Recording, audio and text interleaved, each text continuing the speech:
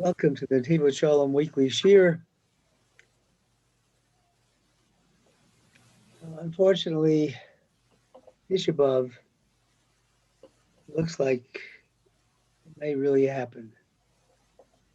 I'm hoping not. Uh, I'm not looking forward to spending another day fasting and mourning for the Beit Hamikdash. But chas v'shalom, if mashiach doesn't come before, we need to talk about it. We need to talk about what it is that we can do to rebuild the Beit Hamikdash and to bring Mashiach. You know, we have a tendency, certainly I have this tendency, many people have this tendency of when something goes wrong to blame somebody else. Instead of looking at ourselves and seeing, you know, what have I done to contribute to it? Or on the contrary, what could I have done to prevent it? Or how can I be matakin what happened? How can I repair it? So the title of this, Netivot Shalom, is not strange. It's one that's well known. Beit Sheni Charav, Mipnei Sinat Chinam. The second Beit Hamikdash was destroyed because of Sinas Chinam, baseless hatred for no reason at all. And I hate to draw parallels between what happened then and what we see in the world today. But I got to tell you, it's hard not to. It's hard to overlook the hatred that people have for one another because of a differing viewpoint, whether it's on a political issue, a religious issue, a health issue, whatever. Somebody has a different viewpoint. According to many, that's grounds to hate. We have to get out of that. And the Netivot Shalom is going to talk about the differences between the two Beit Hamikdashim. First Beit Hamikdash was destroyed, but when it was destroyed, God revealed to us when the end of the exile would be. God revealed at the end of the first Beit Hamikdash destruction, the exile would be for 70 years. When the second Beit Hamikdash was destroyed, God did not reveal when the end would be. Why? The people are going to talk about that. And he's going to talk about why we had all these serious sins in the first Beit Hamikdash that destroyed it. You had murder, you had immorality, you had idol worship. Three serious sins, for which if somebody asks you to do these sins, you have a right to Yaharog v'lo yavor. You have a right to say, kill me instead. I won't do this. But on the other hand, the second Beit Hamikdash is destroyed because of Sinas Chinam. Sinas Chinam is not one of the cardinal sins for which you have to die to avoid doing. Sinas Chinam is only a law. It's a negative commandment in the Torah. The Torah says, Lo sisnes achicha bilvavecha. The three psukim come together. V'havtarecha kamocha, you should love your neighbor as yourself. Lo sisnes as chaverecha bilvavecha, don't hate your fellow in your heart. And there's a third part of it. which escapes me at the moment. But there's three things. They go together. But we're talking tonight about hatred in your heart and hatred not in your heart but expressed. So let's see. Let's see what the Netivot Shalom says. Yomer Chazal, by Rishon, Mipnei Ma'achorem. Our sages ask, why was the first Beit Hamikdash destroyed? Mipnei Shehoya Bo, because there were on the first Beit Hamikdash the three cardinal sins: Avodah Zarah, idol worship; Gili Arayus, immorality; Shvichas Damim, and murder. Vayishein Mipnei Charav. And they go on to ask, why was the second Beit Hamikdash destroyed? Mipnei Sinas Chinam, because of baseless hatred, hatred without a reason. Rishonim sheniskala avonam, niskala kitzim.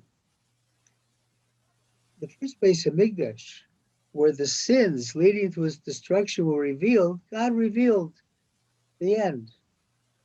Bachronim, the second Beit Hamikdash, shelo niskala avonam, where the sins were not really revealed, lo niskala kitzim, the end was not revealed. Hutamoa, this is bewildering. Shabbais Rishon Shechara Babon Shlosha Averot. The first Beit Hamikdash was destroyed because of the three cardinal sins. Shedinim Biharek Bal Diavor, where the law is, if you're asked, somebody is forcing you to do one of these things, you have the right to let yourself be killed instead of violating these things, instead of killing somebody else, instead of doing avodah zarah. You have the right to be killed. This Gala Kitzim, nonetheless, God revealed the end. Shagala Rak Shivim Shana, revealed that this exile will only be for 70 years. Revealed by Shani, Shechora Babon Sinas China, but the second Beit Hamikdash was destroyed because of hatred, without any reason. Shurak Isra Lav. That's only a love. It's a negative commandment. It's the violation of a negative commandment. Don't hate your fellow man. Love your fellow man. Because of love, what's the penalty for violating a negative commandment? Typically, if you have all the prerequisites that make you guilty of it, meaning warning beforehand to witnesses, the penalty of violating a negative commandment is lashes. It's not death. It's not anything else. It's not serious like that. Lashes. Here's a violation of a law. And lo niskala kitzam, God did not reveal when the end would be. Kvar, and so far, kalpayim shana, over 2,000 years, Yehudim mispalim kol kach harbe tefilot al hagula. Jews are praying many, many prayers for the geula.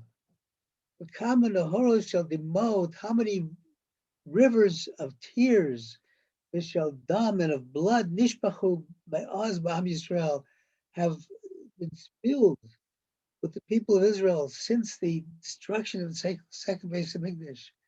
By Dayan lo gilu, lo niskala kitzam. And nonetheless, the end still has not been revealed.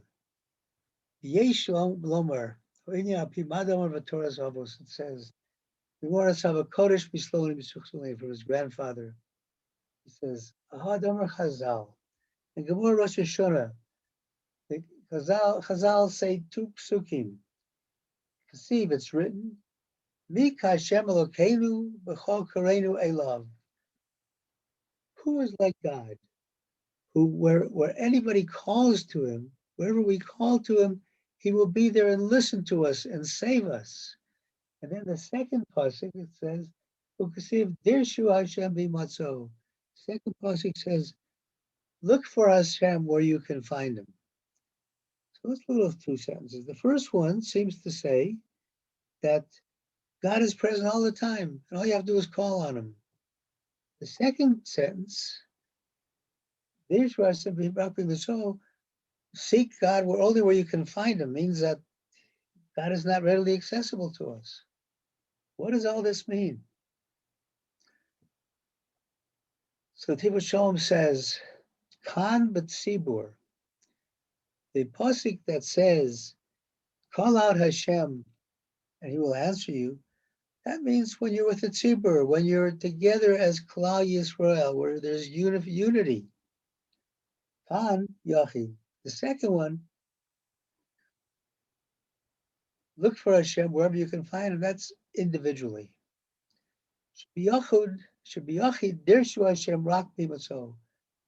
With an individual, you can only find Hashem where he can be found.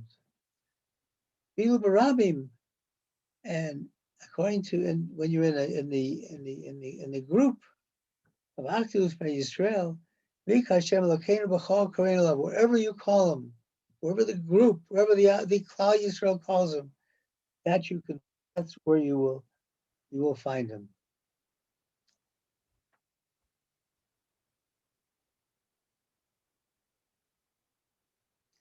And this week understand Lama Bavayis Rishni Skala Kitzam, why in the first Beit Hamikdash was the end revealed. There was no of one Jew and another. Israel was unified, like a congregation.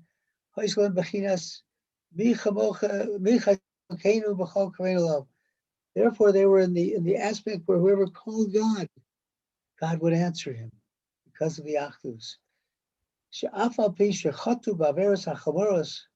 Even though they sinned with these great cardinal sins, nonetheless, God's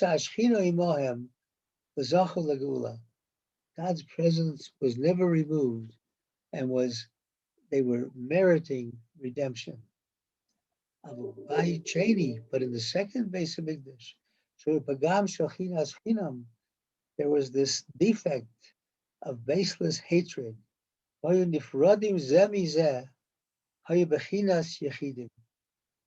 was separating from one another. Everybody was doing their own thing without the concern for their fellow man. Bechinas chinam. That was bechinas yechidim. They were in the aspect of individuals. Nisrachaku mehem hashchina. Because they were not together, God's presence left. Lo niskala kitzam, and God did not reveal the end. The yechidim, for individuals, yesh rak habechinas shal dersh v'asham b'mitzvot. Individuals only, the pasuk applies, seek Hashem where you can find him. When you will have the final tikkun, the final repair. Well, that's Mamar Bar Makuver Jerusalem, he says, Al Pasuk, Lama Yigra Shem Avinu Mishpachto. Why? In Parshat Pinchas, which we just read a couple of weeks ago, Benot Salavchad were complaining to God because when the land was being divided, they weren't given a portion. They said, why should our father's name be obliterated, be removed from his family? He had no sons, but we're still his family. We're entitled to a portion. Why is the name of Avinu removed? So Bechina, what this means, HaKadosh Baruch Hu Nikra B'Shem Avinu Al Yisrael. God is called Avinu. God is called our Father. V'zeu rak mishpachto. When is God our Father? Only when we're together as a family. Kasher Yisrael Muchadim B'Lev Echad Ish Echad B'chinas Mishpacha.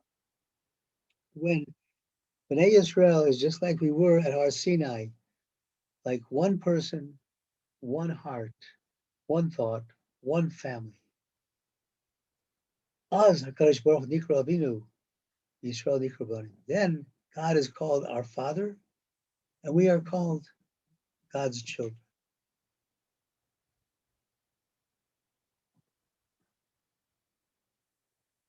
Akasher Yisrael Ein Bucha B'Achdut. When Yisrael are not in Achdut, V'hem Yechidim, and they're only individuals, as Chas V'Shalom Nigra Shem Avinu, then God forbid, the name of Avinu leaves. The Maharal says, Shal Klal Yisrael Shem Banim La'olam. For the concept of Klal Yisrael, we discussed previously the concept of Klal Yisrael, all Jews together. In the concept of Klal Yisrael, the name of children always is present. L'chein b'chol dor v'dor. Therefore, in every generation, miskaber hayetzer hora, yoter b'kol b'inyan hamachlokas. So therefore, the Yetzer Hora knows the evil inclination. The Yetzer Hora knows that the strength of Bnei Yisrael is in Achdu. So therefore, Yetzer Hora does the best he can to cause one Jew to be separated from another, and to have a machlokas, to have a fight with one another over the stupidest things, or even over the most important. What does it matter? Machlokas is a tool of the Yetzer Hora. This is the power of the Sitra Achar, of the Yetzer Hora, of the opposite force. It's great in a time when we try to have Achdus. That's a real challenge. The Yetzer Hora then tries to turn us aside. Because the Yetzer Hora knows if we are together, then we're children to God, and God is our Father. In that case, if we're together, whoever calls to God, God will answer him. You'll have the mercy of our Father, as a father has mercy to a child. We know, we're told, God tells us, I will make you a sanctuary and I will dwell in your midst. Rabbi, in the plural. And when the Aron was made, that housed the Luchos, the Ten Commandments, the Torah, Ksiv Asu Aron says, Asu, together, as a unit, you should make the Aron. Mashain came Bekliya Mishkan, but the vessels of the Mishkan, Nemar Vasita B'Lashniach, it said individually. Kinyonim Elu Shal Klalos HaMikdash, Ba'aron, Nimshachem Mishkaimim Davka Ide Koach Achdus Shal Yisrael. The aspects of the unity of the Mikdash and the Ark, they only exist through the power of the unity of Bnei Yisrael. Shekoach Harabim, Hu Koach Bilti Mugval, the power of the group is a power without any limits. By that unity, we have the power that anybody who calls God will answer him. It says with regard to the Beit Hamikdash,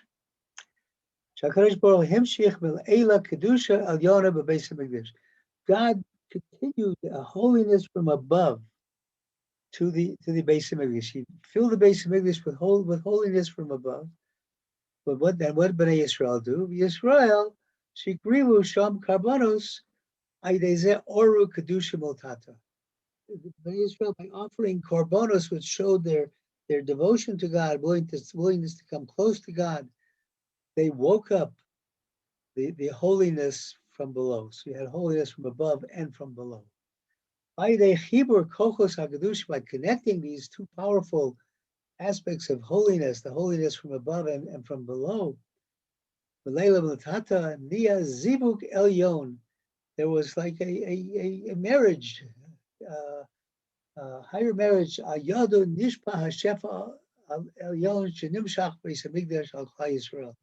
where all the reward of God would constantly pour on Klal Yisrael. This can only be happening through the power of the many. The many that are unified as one. Therefore it says, make a mikdash and I will dwell in your midst. Plural, with the Aron. Torah nitna rak l'klal Yisrael. echad below yechidim. Torah was given, as we said above, that we're like ish echad, lev echad, given to us as one unified Klal Yisrael, not as a bunch of individuals. Al pizeh, yesh inyan chorban Beis Hamikdash, and because of this, we have the aspect of the destruction of the Beis Hamikdash. Shachor b'lo but tur onish al chet. The destruction of the Beit Hamikdash wasn't a punishment for sin. Elimination nital hakol shel Beit Hamikdash. What happens when you separate yourself? You no longer have this unity. What happened then was that the power of the Beit Hamikdash to bring the shefa, the reward of God to Bnei Israel, disappeared because you no longer had unity. There wasn't a higher marriage. Because of that lack of the presence of unity, that in itself was a natural phenomenon that caused the destruction. And also the destruction of the second Beit Hamikdash, with this sin of baseless hatred. It wasn't like a punishment for a sin. Because as we said before, the not loving somebody, hating somebody is only a negative commandment. It's a violation of a negative commandment. It doesn't require this level of punishment.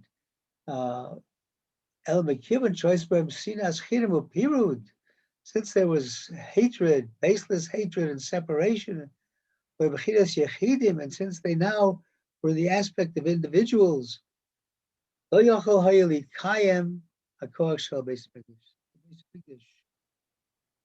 have the power to stand anymore. And since that power left the Beit Hamikdash, that in itself caused the destruction.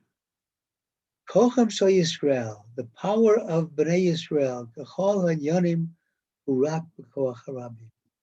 We have to get this message into our hearts. He repeats it many times, but not enough times. We have to get into our hearts that our power as a Jewish people only comes from the unity, from the Rabbim, from the many. When we're unified as one, Oz HaKadosh Baruch Hu, then God is called our Father.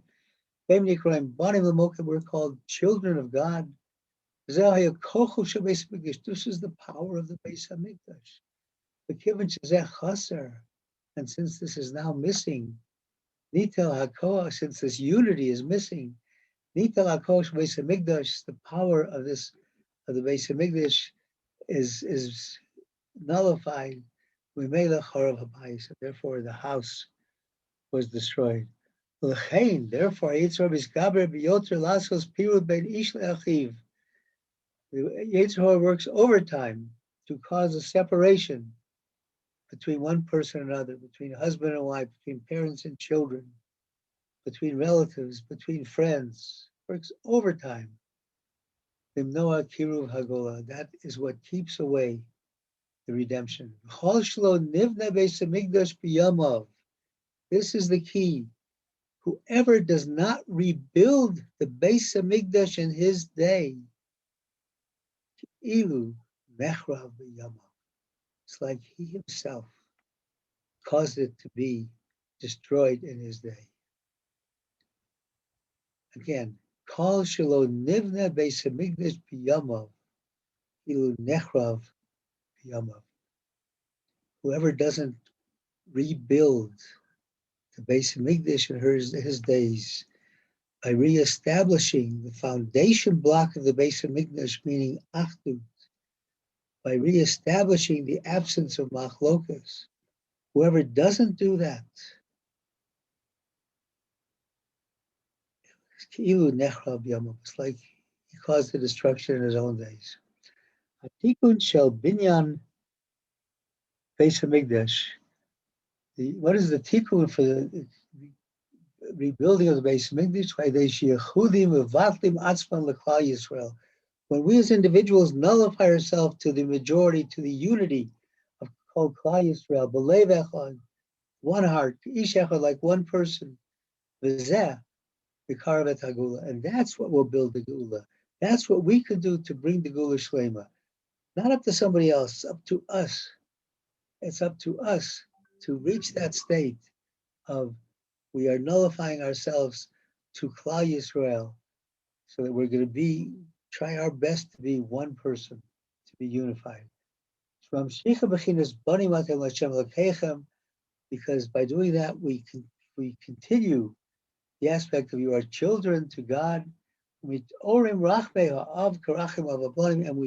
wake up the power of God as the power, as the mercy of God, as the mercy of a father on children.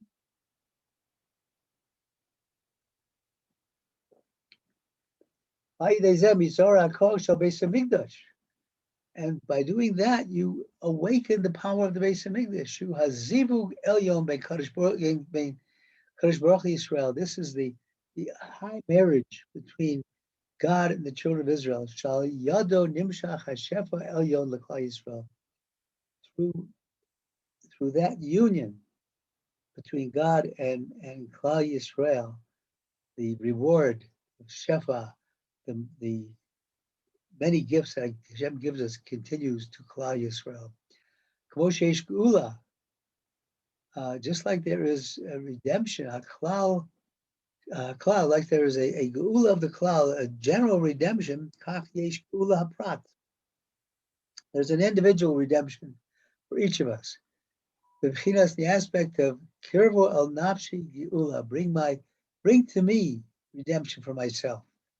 K'mo she'omar, Trachmeni od begalusi begaleni, to asking God to have mercy on me in my exile and to redeem me, or to awaken my heart to your love, to love for you. And the way to continue the Geula, the way to bring Mashiach, benyano hapratim, just as you can bring it through these individual things by nullifying yourself to Hashem and to the Klal Yisrael, so too through the power of Achdus you can bring Mashiach. I want to just read the next paragraph of the next one, but it's important because we have a lot of people that say, "Oh yeah, I believe in Mashiach," right? We have been fortunate. Those who are in this year, we have had the Sudat Mashiach on Pesach. And what happens when you tell people who are not into that what you were doing, the Sudat Mashiach? What do? They mock you, right? They don't get it. What are you wasting your time? Let's see what the Rambam says. Because of Rambam, Hilchas Malach, he says, HaMelech HaMashiach Atid La'amod, that Mashiach will come and stand. Anybody who doesn't believe in Mashiach, or who doesn't really wait for his coming. That's the key. Mechake, to wait for his coming. Lo b'shar neviim bilvad. Not only is he denying the prophecies, not only is he denying the prophecies of the Nevi'im, but Ela b'Torah u'Moshe Rabbeinu. He's denying the Torah and Moshe Rabbeinu. Sharei Torah ha'idu alav. Torah has testified to us. Shemar v'shava Hashem Elokecha et shivoscha. Hashem will return those who need to be returned. V'richamcha, and will show mercy. V'shava kibatzcha, and will gather you, and so on, from other nations. No matter how far you're pushed away, Hashem will bring you back. You have to pay attention to these words. Whoever doesn't believe in this is a kofir. He's a a denier of Torah. Sorry, a Torah ha'idul, because the Torah has testified to this. But somebody who doesn't really wait for him to come, who just uses lip service, yeah, I believe in Mashiach. But are you waiting for Mashiach? Are you really waiting? Do you expect him to come any minute? If you're not really waiting for him, the Mashma Shema Amin B'Vias HaMashiach, even though he believes in the coming of Mashiach, but he's not really waiting, expecting a Mashiach to come right now. Things are good the way they are. He's satisfied with the way life is now. Kamochu as it is. He's not really looking forward to Yeshua, to salvation. You know, good. I'm making a good living. I live in a nice house. I live in a nice country. Why would I want to have to move to Eretz Yisrael, to move to go to Yerushalayim? Well, I'm happy. Yeah, I want Mashiach, but I'm good. I'm good. Right? So,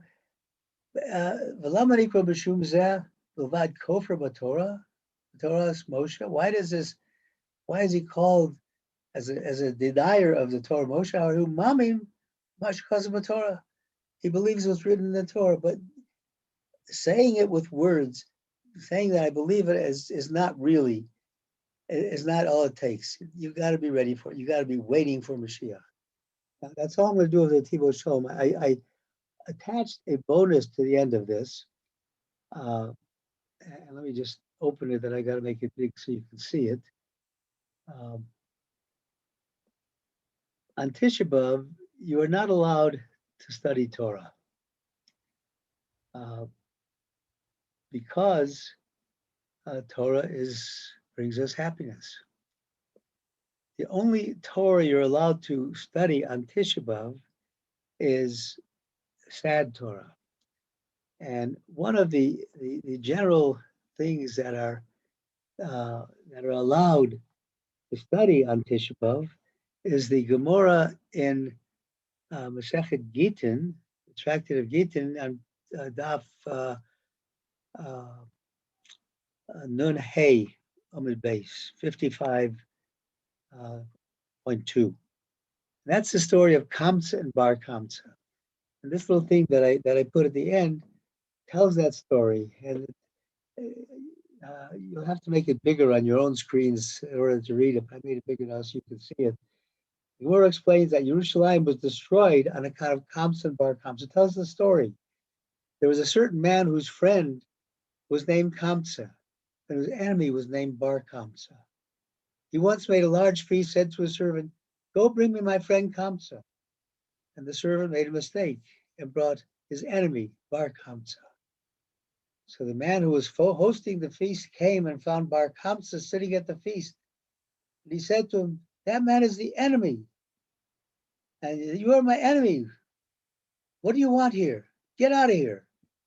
Bar Kamsa said to him, "Look, since I've already come, let me stay. I'll give you the money for whatever I eat and drink. But don't embarrass me by sending me out." The host said to him, "Forget it. You must leave." Bar Kamsa said, "Wait, I'll give you money for half of the feast. Just don't send me away. Don't embarrass me." The host said, "No, you must leave." Bar Kamsa said, "I'll give you money for the entire feast. Let me stay." The host said, "No, you must leave." Finally, the host grabbed him, stood him up, and took him out, embarrassed him in front of everybody. And after being thrown out, Bar Kamsa said to himself, "Wow, this was a feast at which there were many Rabbanim sitting there, and nobody protested what he did, the actions of the host. They saw how he humiliated me. So I can learn from it that they were happy with what he did. So therefore, I'm going to get even. I'm going to go and inform against them to the king." And he went and told the emperor, "The Jews have rebelled against you." The emperor said, "What do you mean? Who says that's the case? Bar Kamsa, I'll prove it to you. Give them a test. Send them an offering it was customary during the days of the Beit Hamikdash. The non-Jews would send offerings to the Beit Hamikdash for sacrifices as well. And send an offering in front of the government, you'll see whether they will sacrifice. So the emperor went and sent him with a calf, a 3-year-old calf. And when Bar Kamsa was bringing this calf to the Beit Hamikdash, he made a mum, a blemish on the calf's upper lip or on his eyelids, a place where, according to halacha, you couldn't sacrifice it as a korban, but according to what the goyim wanted, it was okay with them. But so when Kamsa brought this animal to the Beit Hamikdash, the Kohanim would not be makriv it on the Beit Hamikdash. They would on the altar. They wouldn't sacrifice it because it had a mum, was blemished, and they couldn't really explain this to the Gentile authorities, who would not consider it to be a blemish. So nonetheless, they were arguing this. They said, well, let's sacrifice it anyway to maintain peace with the government. And Rabbi Zachariah ben Avkola said to them, look, if the Kohanim do that, then people will say that you can bring offerings that have a blemish on the altar. And the sages said, but if we don't do it, then we have to prevent Bar Kamsa from reporting this back to the emperor. We have to kill him. And they said, no, we can't kill him. Then people say that somebody who brings an animal with a mum deserves to be killed. So they did nothing. Then Bar Kamsa went back and reported to the Roman authorities.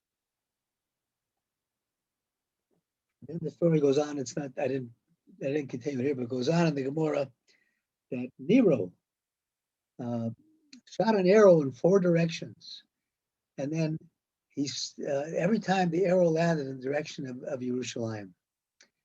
And he went to a child who was studying, and he said, "What did you study today? What was the pasuk that you studied? What was the sentence that you studied?"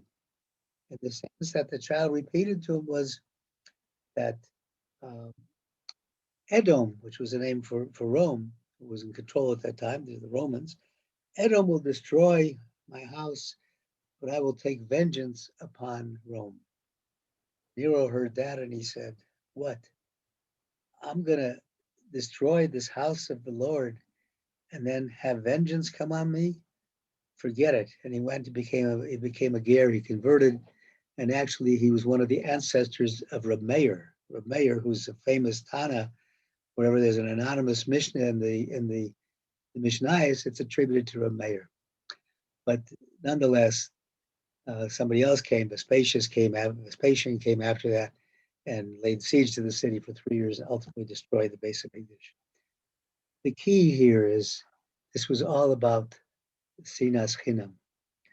This was all about baseless hatred of somebody, regardless of the cost.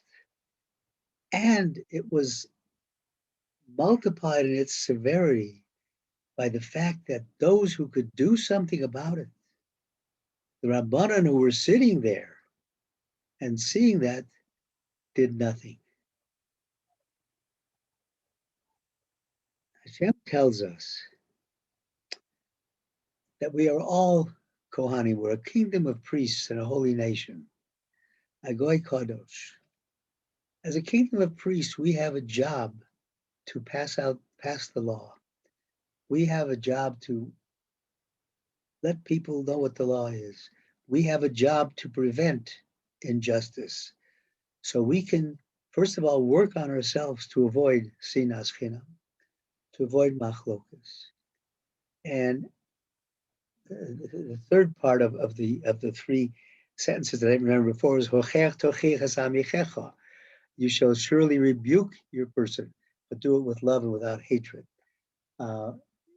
If you can correct somebody without hating him and without showing hatred and showing love, then you should do that to avoid sinas chinam. Those are the building blocks we have at our disposal today. We're the builders. Let's pick up those blocks and rebuild the Beit Hamikdash now, starting with tonight. Thank you for listening, and I wish everybody a wonderful Shabbat, and I wish everybody a festive meal on Saturday night instead of going into fasting. Thank you. Thank you. Thank you. Very good. Thank you. That was very good. Yeah. Pass it on. Pass it on to others. Okay. Okay. Okay. Bye-bye. Bye bye. Good week, everybody. Bye bye.